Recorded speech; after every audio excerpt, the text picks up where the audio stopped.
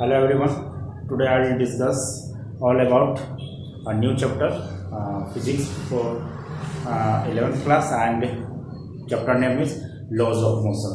तो हम लोग laws of motion के जो टॉपिक है वो सब सारे टॉपिक को हम लोग डिस्कस करेंगे वन बाय वन. तो पहला है that is law of motion means what? That means motion caused by,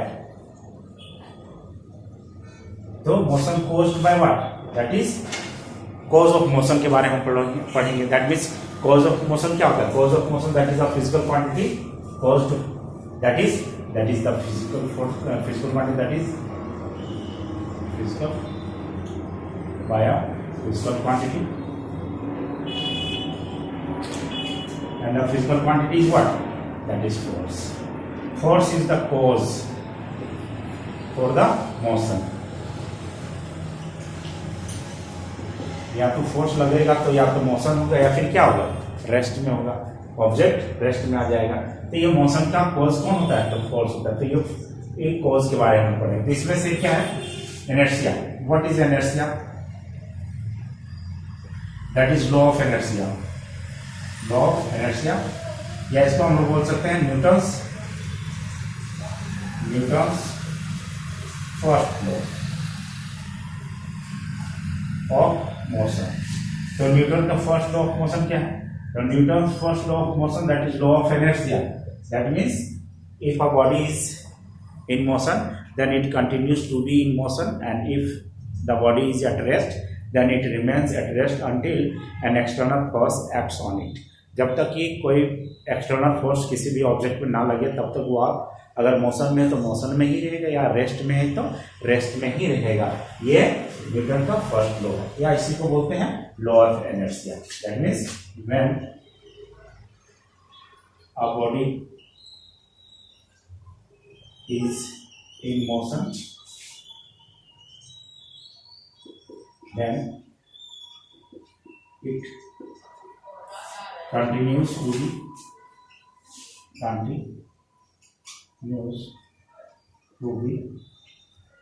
in motion, and if the body is at rest then it remains at rest until an external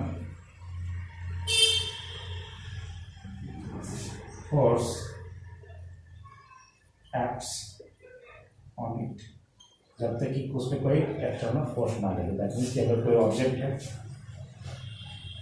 अगर ये motion में है तो ये motion में ही हमेशा रहेगा जब तक कि इस पर क्या है, बाहर से कोई एक्सटर्नल फोर्स ना लगे. अगर एक्सटर्नल फोर्स लगेगा तो क्या हो, स्लो डाउन हो जाएगा. डीएक्सलेट होगा. डीएक्सलेट होता है तो इसका वेलोसिटी क्या हो जाएगा? डिक्रीज करेगा 0 तक, और इसका वेलोसिटी क्या होगा? 0 हो जाएगा. और ये क्या हो जाएगा? रुक जाएगा. दैट इज विल स्टॉप आपको समझा. एंड अगर कोई ऑब्जेक्ट अगर रेस्ट में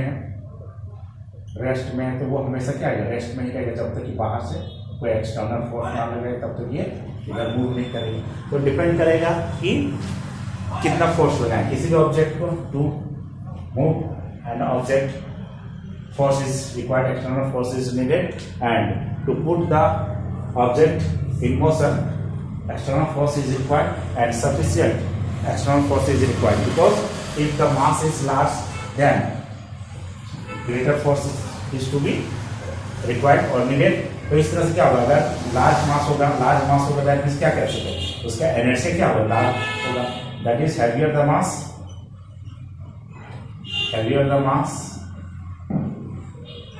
then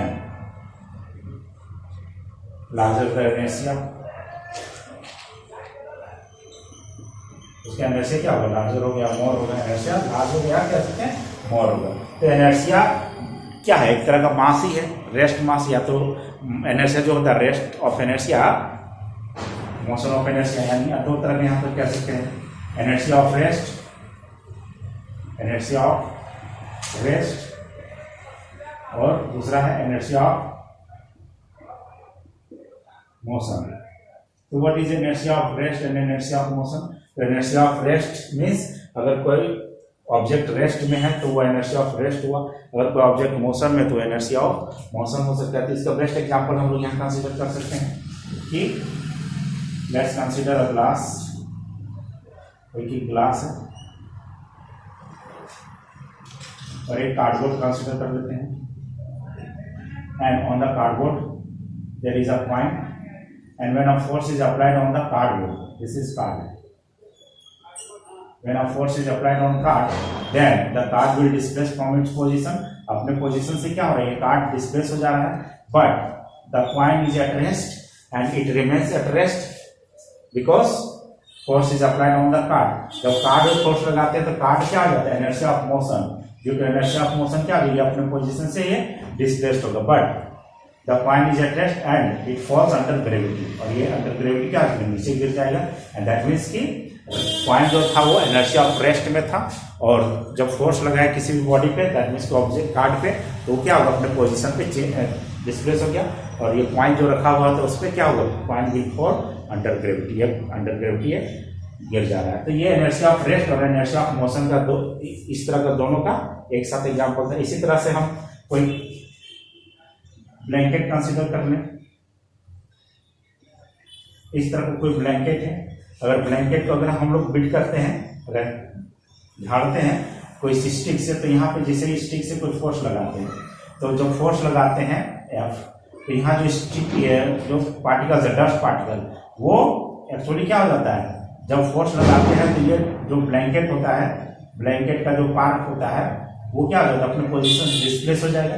जब ये अपने पोजीशन से डिस्प्लेस हो जाएगा, बट द डस्ट पार्टिकल जो होता है वो क्या हो जाता है, वो एटरेस्ट में रहता है, और एटरेस्ट में रहता है तो वो अपने क्या हो गया, वहां से ब्लैंकेट जैसे ही डिस्प्लेस हुआ तो डस्ट पार्टिकल्स अपने पोजीशन पे रहेगा, रेस्ट में रहेगा, बट अंडर ग्रेविटी क्या हो जाएगा, नीचे गिर जाएगा। तो ये डस्ट पार्टिकल्स क्या हो जाता है, नीचे गिर जाता है, जिस कारण से क्या हो जाता है, ये फोर्स लगाए तो फोर्स ब्लैंकेट पे लगाए, तो फोर्स ब्लैंकेट पे लगाने पे हीट करते हैं ब्लैंकेट पे, तो ब्लैंकेट पे हीट करते हैं तो ब्लैंकेट क्या हो जाता है, वो अपना पोजीशन चेंज कर लेता है, दैट इज डिस्प्लेस हो जाता है, but the dust particle inertia of rest में रहता है, जो मेंटेन रहता है हमेशा इनर्शिया ऑफ रेस्ट में, बट फॉल्स अंडर ग्रेविटी, तो ग्रेविटी में क्या हो जाता है, गिर जाता है नीचे की डाउनवर्ड डायरेक्शन में।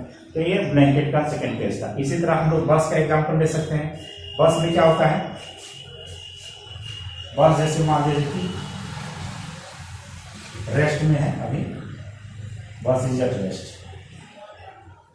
और यहाँ पे जो ड्राइवर जो है बैठा हुआ है, यहाँ कोई पैसेंजर बैठा हुआ है, तो पैसेंजर अब लोअर पार्ट सीट के साथ अटैच है, जबकि अपर पार्ट फ्री है। तो जब लोअर पार्ट सीट के साथ अटैच है और ये क्या है, रेस्ट में, रेस्ट है, अब ये अचानक क्या हो, मूव करना है, एक्सीलरेट करना शुरू हो गया कि फॉरवर्ड डायरेक्शन में मूव हो रहा है। तो जैसे ही फॉरवर्ड डायरेक्शन में मूव हो रहा है तो ये पैसेंजर का अपर पार्ट क्या हो जाता है, रेस्ट में रहना चाहता है, मेंटेन होना चाहता है रेस्ट में, लेकिन ये क्या हो जाता है कि जैसे ये आगे की ओर मूव करता है तो ये पीछे की ओर लीन हो जाता है। दैट मीन्स ये क्या हो जाता है कि जब ये कोई बस आगे के फॉरवर्ड डायरेक्शन में एक्सीलरेट होता है तो जो पैसेंजर का जो अपर पार्ट होता है वो रेस्ट में ही मेंटेन रहना चाहता है, बट क्या हो जाता है कि वो जैसे फॉरवर्ड डायरेक्शन में मूव करता है बस, तो वो क्या हो जाता है, पीछे की तरफ लीन कर जाता है। तो ये पीछे की तरफ दैट मीन्स इधर एक्सीलरेट करेगा, दैट मीन्स उसको स्यूडो एक्सीलरेशन ले सकते हैं, स्यूडो फोर्स एक तरह का फोर्स लगता है उसमें, तो स्यूडो फोर्स दैट मीन्स एक तरह का फोर्स लगता है। दैट या कह सकते हैं कि ये जो सीट लोअर पार्ट है, lower part due to inertia of rest, वो इनर्शिया रेस्ट में ही रहना चाहता है क्योंकि अटैच है सीट के साथ, जबकि अपर पार्ट है वो क्या हो जाएगा, इनर्शिया ऑफ मोशन में आ जाएगा, क्योंकि वो अपर पार्ट मोशन में आ गया, दैट मीन्स बस आगे की ओर फॉरवर्ड डायरेक्शन मूव कर आती है, पीछे को लीन कर जाती है। इसी तरह से क्या है कि कोई एक रनिंग बस है, एक्सीलरेटिंग बस है, ये फॉरवर्ड डायरेक्शन में इधर मूव कर रहा है, या ड्राइवर है और यहाँ पर कोई पैसेंजर है बैठा हुआ, तो ये जब फॉरवर्ड डायरेक्शन मूव कर रहा है, एक्सीलरेट कर रहा है, जब ब्रेक लगाता है ये driver, when driver applies the brake on the bus, then the bus will stop suddenly and the upper part of the passenger is in motion with the bus, and so when bus stops then he leans, that is the passenger leans towards forward direction. Forward है क्योंकि वो motion में रहना चाहता है, motion of inertia, inertia of motion में रहना चाहता है, तो ये इनर्शिया ऑफ मोशन को मेंटेन करता है, जिस कारण से क्या हो जाता है, फॉरवर्ड डायरेक्शन में लीड कर जाता है, but lower part is rest में रहता है तो वो हमेशा रेस्ट में ही रहेगा, लेकिन अपर पार्ट हमेशा मोशन में रहना चाहता है, to be continuous, to be in motion, तो ये क्या हो जाता है, फॉरवर्ड डायरेक्शन लीड कर जाता है। तो ये एग्जांपल है इनर्शिया ऑफ रेस्ट और इनर्शिया ऑफ मोशन का। तो this is the part of first law, Newton's first law, that is law of inertia. इसी तरह से है न्यूटन्स का second law, that is law of force consider कर सकते हैं, या लॉ ऑफ मोमेंटम भी कंसिडर हम लोग कर सकते हैं।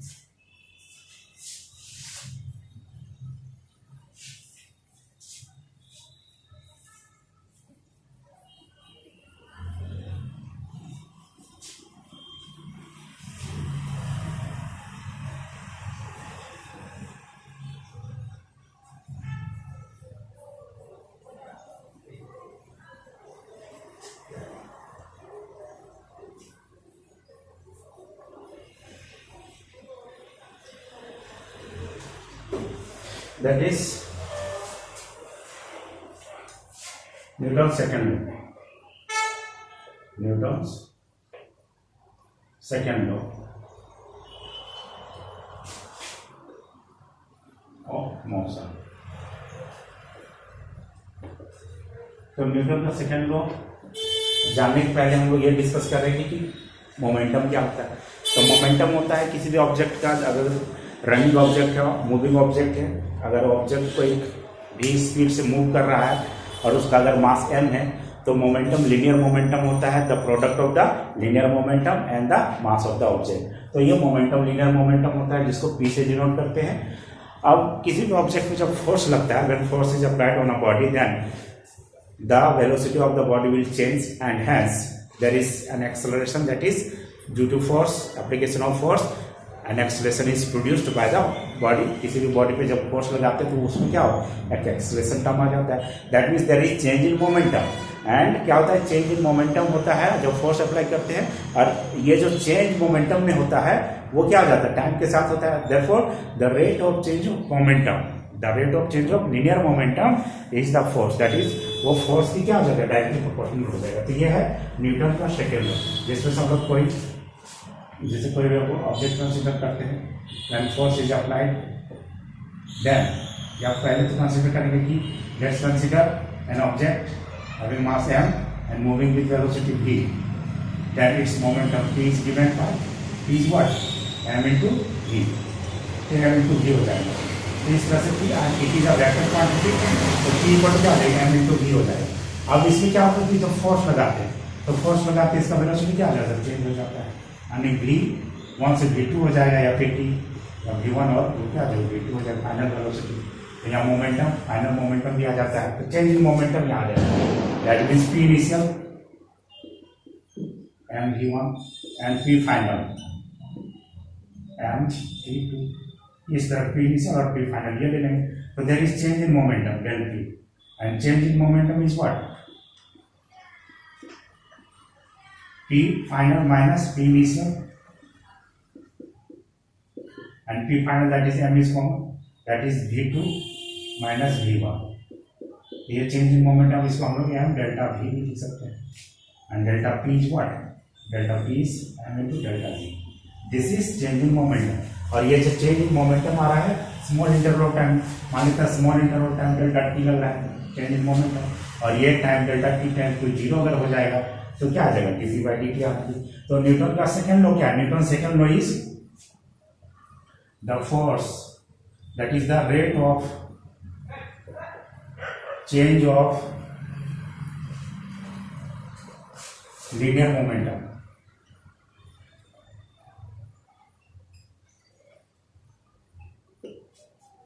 of a body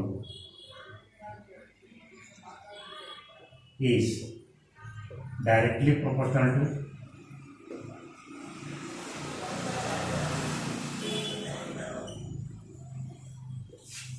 to the applied force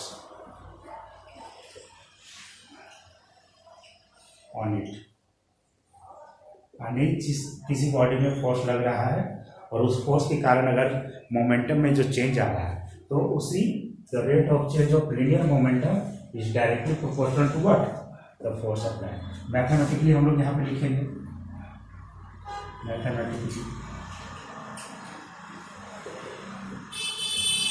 that is force applied is directly proportional to what? The rate of change of तो यहाँ पे क्या कर सकते हैं, प्रोपोर्शनलिटी साइन हटाएंगे तो एफ इक्वल टू क्या आ जाएगा, के times delta P. For simplicity हम लोग यहाँ पे इसका के का वैल्यू कुछ भी ले सकते हैं, बट फॉर सिंप्लिसिटी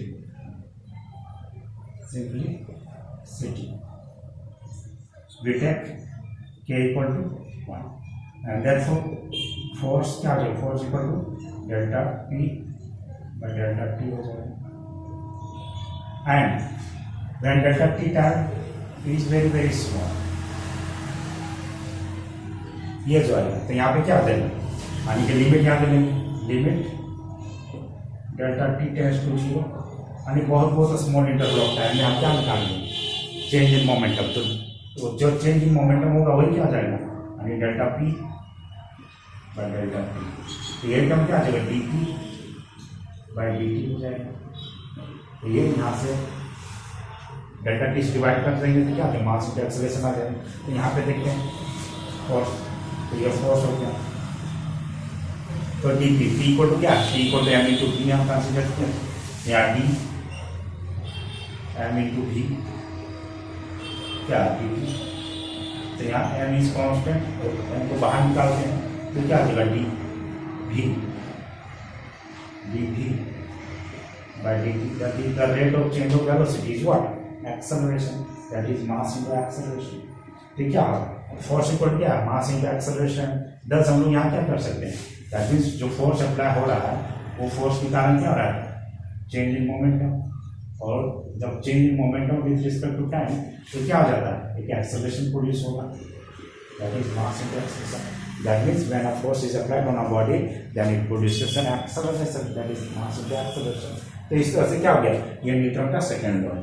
और न्यूटन का सेकंड लॉ में क्या हो जाता है कि when force is applied on a body then it produces an acceleration or there is change in linear momentum. The rate of change of linear momentum is directly proportional to the force. तो यहाँ पे ये आ गया। अब एक term है impulse. Impulse क्या term है, इम्पल्स वाला टर्म देखते हैं यहाँ पे,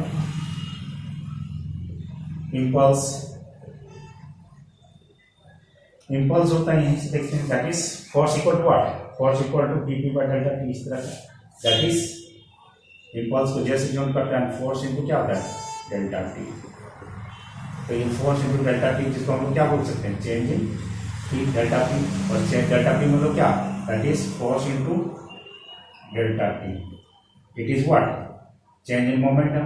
change in momentum means what, आप लिख सकते हैं what is change in momentum. कैसा मोमेंटम, लीनियर मोमेंटम। तो चेंज इन मोमेंटम, तो फोर्स इनटू टाइम क्या होता है, फोर्स इनटू टाइम इंपल्स होता है। और ये इंपल्स क्या इंपॉर्टेंट है, इंपल्स है कि when momentum is changed suddenly then what happens, enormous that is large force is exerted on a body. That means किसी बॉडी पे जो फोर्स अगर ज्यादा होगा तो क्या होगा, there is sudden change in momentum. और अगर सडन चेंज इन मोमेंटम होगा तो फोर्स क्या होगा, ज्यादा होती है।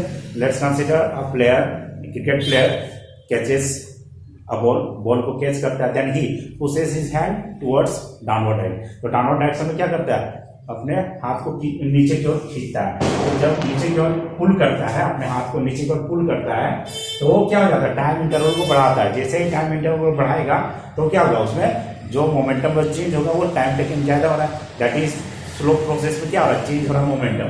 That means there is change in momentum but there is time taken. और ये जब टाइम टेकन हो रहा है दैट मीन्स क्या होगा, फोर्स स्मॉल होगा।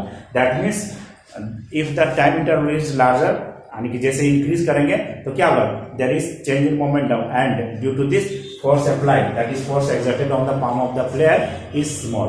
अगर टाइम अगर बढ़ाएंगे तो क्या होगा, फोर्स हमें कम लगेगा हाथ पे, यानी चोट कम लग सकती है। अगर हम सडनली अगर बॉल को कैच करेंगे क्या होगा, टाइम इंटरवल बहुत कम हो गया, टाइम इंटरवल कम हो गया, that is suddenly change in momentum which exert a large force on the palm of the player. इसलिए क्या किया जाता है, इंपल्स दैट इज यहाँ पे एक तरह का कांस्टेंट है। जैसे मान लीजिए कि 28 एक नंबर है, दैट इज इसको 1 into 28 लिख सकते हैं, 2 into 40 लिख सकते हैं, फिर 4 into 7 भी लिख सकते हैं। That means to make a number constant, one number को क्या करें, इंक्रीज करें, और दूसरे नंबर को क्या करें, डिक्रीज कर रहे हैं। यहाँ पे एक को इंक्रीज करेंगे, दूसरे को डिक्रीज करेंगे, तो यहाँ क्या हो रहा है, जैसे टाइम इंटरवल को क्या किया जा रहा है, टाइम इंटरवल को बढ़ाया जा रहा है, तो फोर्स जो होगा वो क्या होगा, डिक्रीज करेगा। तो टाइम इंटरवल बढ़ेगा to make the number constant. तो अगर कांस्टेंट चेंज इन मोमेंटम अगर कांस्टेंट करना है दैट मीन्स टाइम इंटरवल बढ़ाएंगे। अगर टाइम इंटरवल बढ़ेगा तो जाहिर सी बात है कि क्या होगा, फोर्स हमें कम लगेगा, that means the exerted force on the palm is smaller. तो ये है Newton second law. Newton second law में हम लोगों ने देखा कि मोमेंटम से रिलेटेड किस तरह का ये क्वेश्चन आता है ना। अब तीसरा है third law, Newton third law.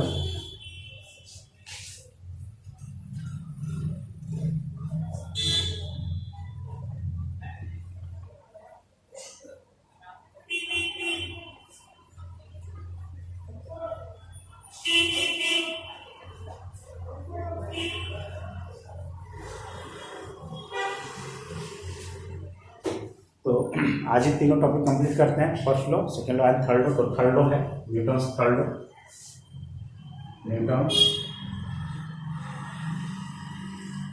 Third law of motion. तो न्यूटन का थर्ड लॉ जानने से पहले हम लोग ये जान लेते हैं reaction force means when two bodies collide each other, then first body applies a force on the other and at the same time second body will also exert an opposite but equal force to first one. That means क्या होगा कि जब दो body आपस में टकराता है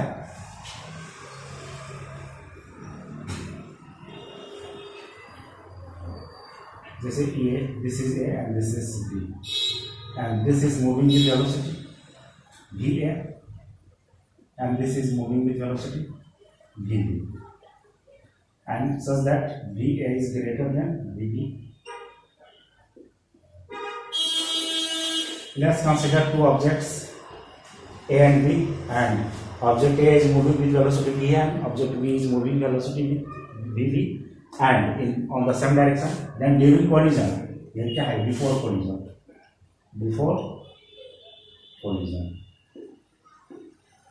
and during collision क्या होगा, ये थोड़ा डिफॉर्म हो जाएगा।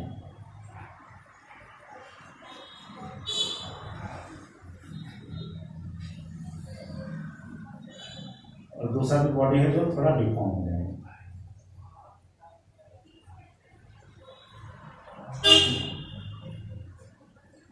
ये डिफॉर्म हो जा रहा है, हम लोग इस तरह दिखा सकते हैं। ये दो बॉडी क्या हो जाता है, आपस में डिफॉर्म हो जा रहा है। डिफॉर्म होने दैट इज ये जो इसका पोटेंशियल एनर्जी होगा, डिफॉर्मिंग पोटेंशियल एनर्जी, और ये पोटेंशियल एनर्जी को क्या करता है, यानी कि अपना ओरिजिनल शेप एंड साइज को गेन करेगा। तो अपना ओरिजिनल शेप एंड साइज को जब गेन करेगा तो ये क्या करता है, ये फोर्स लगाता है, that is force on B due to A and B applies the same force but opposite direction, that is force on A due to B. ये दोनों forces equal and opposite direction का होता है।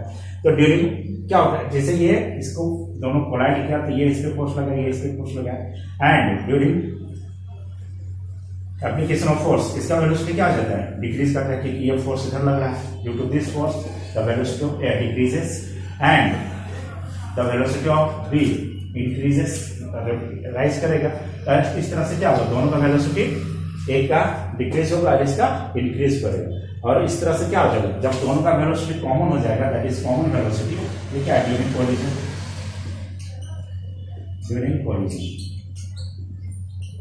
तो during collision after some time क्या हो जाएगा, दोनों का वेलोसिटी कॉमन हो जाएगा। अब जो दोनों का वेलोसिटी कॉमन हो जाएगा then what happens, the two objects will separate each other. एक दूसरे को क्या, दोनों ऑब्जेक्ट एक दूसरे को क्या कर रहे हैं, सेपरेट करेगा। और आफ्टर कोलिजन क्या हो जाएगा,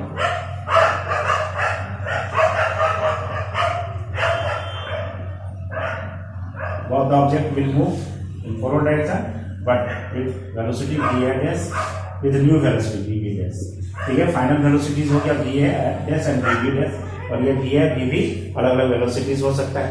ये दोनों अलग अलग वेलोसिटी होती है। ये कैसा है, elastic, perfectly elastic collision consider कर सकते हैं। अगर परफेक्टली इनइलास्टिक होगा तो दोनों क्या हो जाएगा, अटैच हो जाएगा, और दोनों कॉमन वेलोसिटी के साथ क्या होगा, मूव करेगा फॉरवर्ड डायरेक्शन में। बट बिफोर कोलिजन अभी क्या होगा, after collision, after collision.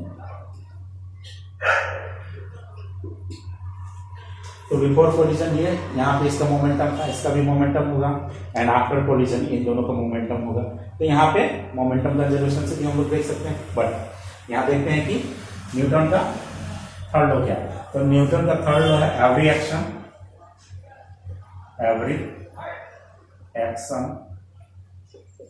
There is equal but opposite reaction. मतलब कि जब भी किसी ऑब्जेक्ट पे कोई दूसरा ऑब्जेक्ट फोर्स लगाता है तो दूसरा ऑब्जेक्ट भी पहले पे क्या लगाएगा, फोर्स लगाएगा इक्वली बट ऑपोजिट डायरेक्शन में। तो ये यहाँ पे ये इस पे फोर्स लग रहा है और ये इस पे फोर्स लग रहा है। दैट मीन्स यहाँ कंसिडर कर सकते हैं that is force applied on A due to B is equal to force on B due to A but opposite direction. दोनों का मैग्नीट्यूड सेम है बट डायरेक्शन ऑपोजिट है दूसरे पे।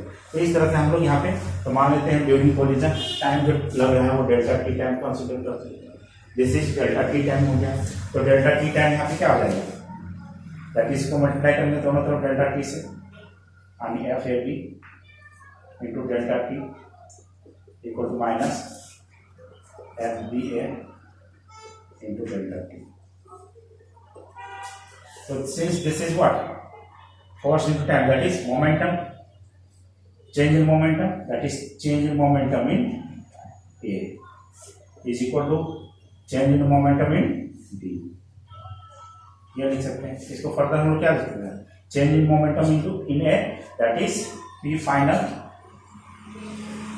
initial A में and P initial A में equal to minus change in momentum final का B में minus change in momentum initial B में। यहाँ से क्या होता है, P A final that means ये यहाँ पे क्या हो जाएगा, एम ए ले लेंगे इसका मास, एम बी ले लेंगे इसका मास, और इस तरह चेंज इन मोमेंटम भी निकाल सकते हैं। That is M A B A dash minus M, ये ए में हो जाएगा change in momentum M A V A, ये हो जाएगा इनिशियल फाइनल माइनस इसका हो जाएगा एम बी, इसका एम बी और V B dash minus M B D B. तो दोनों को इस तरह ले लेंगे क्या हो जाएगा, चेंज इन मोमेंटम आ जाएगा। तो इसको हम लोग सॉल्व कर सकते हैं। तो माइनस ये माइनस होगा, ये माइनस हो प्लस हो जाएगा, प्लस हो जाएगा तो ये वाला टर्म इधर आ जाएगा, तो ये इसके साथ प्लस हो जाएगा। दैट इज क्या लिखेंगे, M A B A dash plus M B V B dash equal हो जाएगा M B V B plus M A B A हो जाएगा। तो इस तरह से क्या होगा, इनिशियल मोमेंटम और फाइनल मोमेंटम। तो this is the conservation of linear moment. तो लीनियर मोमेंटम का कंजर्वेशन। इस तरह से ये वीडियो आपको कैसा लगा जरूर बताएं कमेंट बॉक्स में। Thank you.